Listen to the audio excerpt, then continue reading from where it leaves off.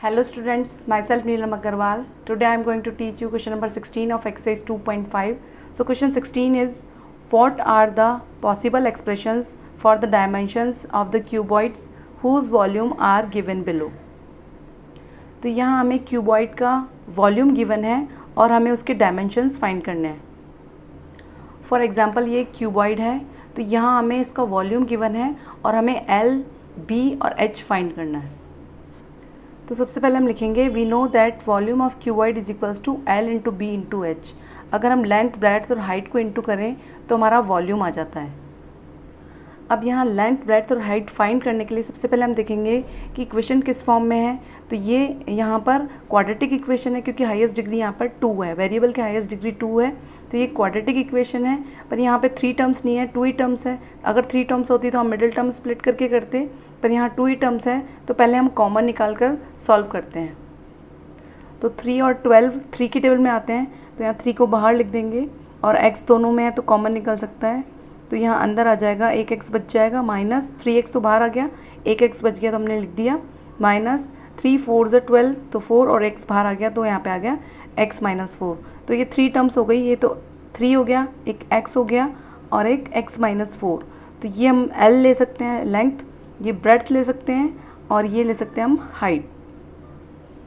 क्योंकि अगर इन तीनों को हम इनटू करेंगे तो यही टर्म वापस आ जाएगी, तो ये हमारा वॉल्यूम हो जाएगा.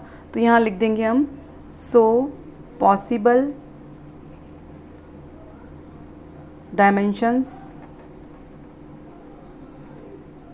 Are L is equals to 3, B is equals to x and H is equals to x minus 4. हम कोई सा भी इसको L ले सकते हैं, इसको B ले सकते हैं, इसको H ले सकते हैं, क्योंकि इनटू करने पर हमारा वही वॉल्यूम आ जाएगा 3x स्क्वायर माइनस 12x. तो हम कोई सा भी L, B और H ले सकते हैं. 16 का सेकंड पार्ट है, इसमें वॉल्यूम दे रखा है हमें 12ky square plus 8ky minus 20k. तो इस क्वेश्चन में भी सबसे पहले हम लिख देंगे we know that volume of cuboid is equals to L into B into H. अगर हम एल को बी से और बी को एच से, जो भी आए मतलब इंटू करेंगे तीनों को, तो हमारा वॉल्यूम आ जाता है. तो इस क्वेश्चन में एल, बी, एच फाइंड करने के लिए सबसे पहले हम देखेंगे कि ये इक्वेशन किस फॉर्म में है. तो यहाँ भी y की हाईएस्ट पावर 2 है, तो यानी कि एक क्वाड्रेटिक इक्वेशन है, तो इसे भी हम मिडिल टर्म स्प्लिट करके कर सकते हैं. लेकिन सबसे पहले हम देखेंगे कि इसमें कॉमन निकल रहा है क्या. तो एक फैक्टर तो हम कॉमन निकाल के भी निकाल सकते हैं इसमें. तो सबसे पहले हम देखेंगे कॉमन क्या है. तो 12, 8 और 20 किस टेबल में आते हैं.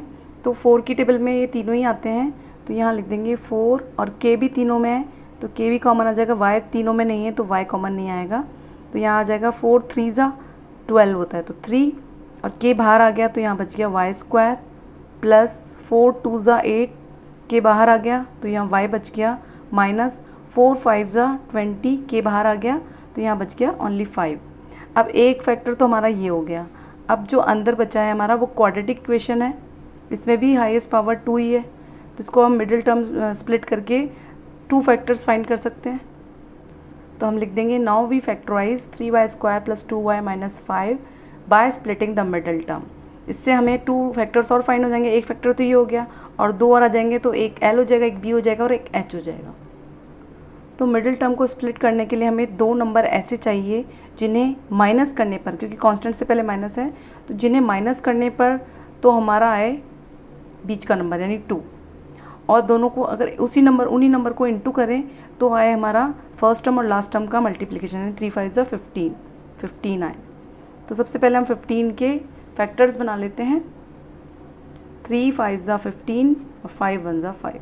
तो 3 और 5 हो गया, तो 5 में से अगर 3 जाएगा तो 2 आ जाएगा, तो 5 माइनस 3 इज इक्वल्स टू 2, और 5 को अगर 3 से इंटू करते हैं तो 15. तो हमारी दोनों ही कंडीशन हो जाएगी फुलफिल, क्योंकि 5 में से 3 गया तो 2 आ गया मिडिल वाला नंबर, और इंटू करने पर हमें 3 5 15 आना चाहिए. तो ये दोनों ही हमारी कंडीशन फुलफिल हो रही है, तो हम लिख देंगे 5 माइनस 3. तो यहाँ हम लिख देंगे 3y स्क्वायर प्लस है तो प्लस, अब बीच में हम लिख देंगे 5 माइनस 3. ये 2 का हमने टुकड़े कर लिए, 2 टुकड़े. अब यहाँ लिख देंगे y माइनस 5. अब हम ब्रैकेट सॉल्व कर लेंगे पहले. 3y स्क्वायर प्लस, अब यहाँ पे 5 को y से इंटू करेंगे तो 5y माइनस 3 को y से इंटू करेंगे तो 3y -5। अब हम 2 2 के पेयर्स बना लेंगे और कॉमन निकाल लेंगे। अब यहाँ 3y² है, यहाँ +5y है, तो न्यूमरल तो कोई कॉमन नहीं निकल रहा, लेकिन वेरिएबल y बाहर निकल जाएगा।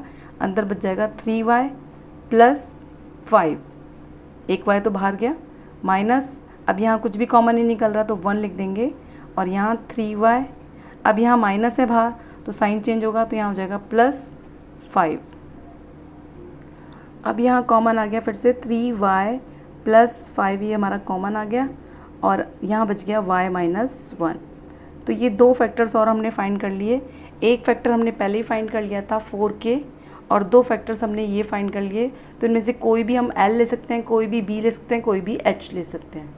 तो हम यहाँ लिख देंगे, so possible dimensions are l = 4k, b = 3y + 5 और h = y - 1। अगर हम तीनों को इंटू करेंगे तो हमारा वही वॉल्यूम आ जाएगा जो क्वेश्चन में गिवन है।